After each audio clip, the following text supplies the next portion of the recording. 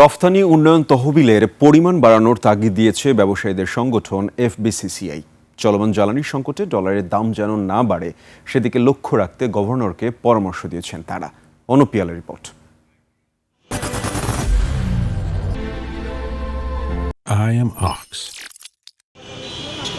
সকাল 11টায় বাংলাদেশ ব্যাংকে আসেন দেশের ব্যবসায়ী সংগঠনের নেতারা।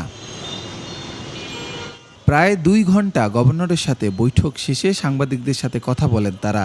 জানান রপ্তানি তহবিল $5 বিলিয়ন নেয়ার দাবি। যারা আমাদের দেশ থেকে তারা বিদেশে রপ্তানি করে, তারা বিদেশ থেকে আমাদের দেশে ডলার আনে, তাদেরকে আগে একটা ফান্ড ছিল, আমরা export development fund IDF fund বলে থাকি। এটা প্রায় আগে $7 বিলিয়ন মতো ছিল, এটা কমিয়ে এখন প্রায় $2.2 বিলিয়ন আছে।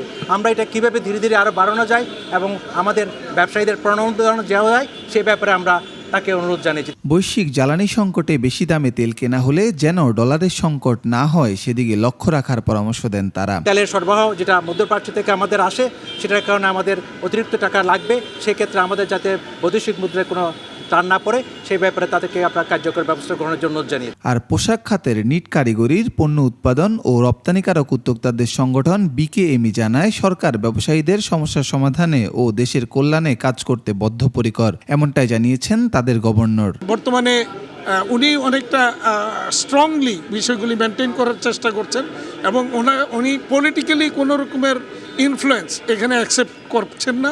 ব্যবসায়ী নেতাদের আশা সমস্যা সমাধানে কাজ করবে সরকার। বর্তমানে তিনি যেভাবে কাজ করছেন আমার বিশ্বাস যে উনি সফল হবেন।